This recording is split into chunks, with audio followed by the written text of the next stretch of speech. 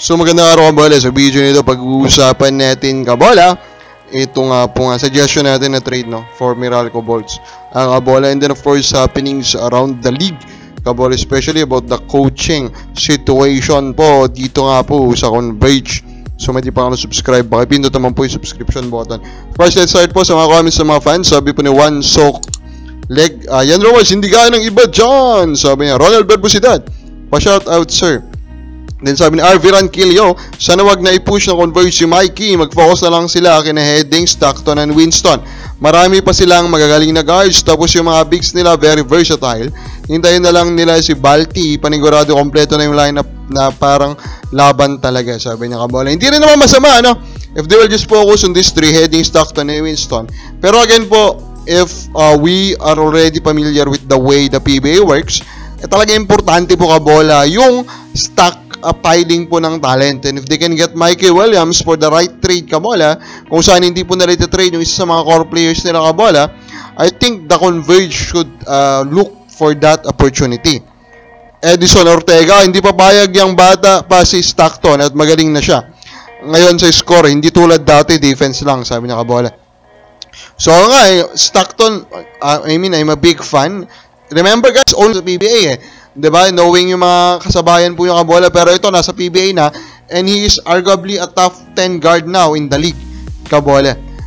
Now, around the league happenings, sa mga fans sa SMBO, nag-meeting na yung coaching staff nyo, diba? Nung natalo kayo sa NLEX kabola. By the way, respect po kay Robert Bolick for doing another amazing job, amazing run kabola, always proving to the world that my opinion about him, that he is a deserving guy to be part of Gilas, is real and true kabola. Now sa San Miguel Berman naman, oh man, hindi ko alam hirap I mean, the opinion that the problem is the coaching staff, for me, has merit kabola. The opinion that the problem is the import has merit kabola. So tignan natin anong maging changes nito. Malamang import change yan kabola. Pero sa sistema, do not expect that much, no? Knowing po yung sistema or style po ni Coach Josh Gallen, do not expect that much kabola. Now, kabola, ito na nga yun, meron na pong news or report kabola na ito na nga pong si Governor Delta Pineda daw ang magiging full-time head coach ng Converge. Pero hindi pa kasigurado kung kailan. Pero most likely daw, the target is after election. Pero pwede rin naman mapaaga. Depende siguro yan sa sitwasyon kabola. Now, sa mga hindi po familiar kay Governor Delta, baka sasabihin nila, ano lang yan dami coach, ganun po. Hindi po. You can actually watch the way he coach sa Pampanga kabola. Nag-coach talaga yan.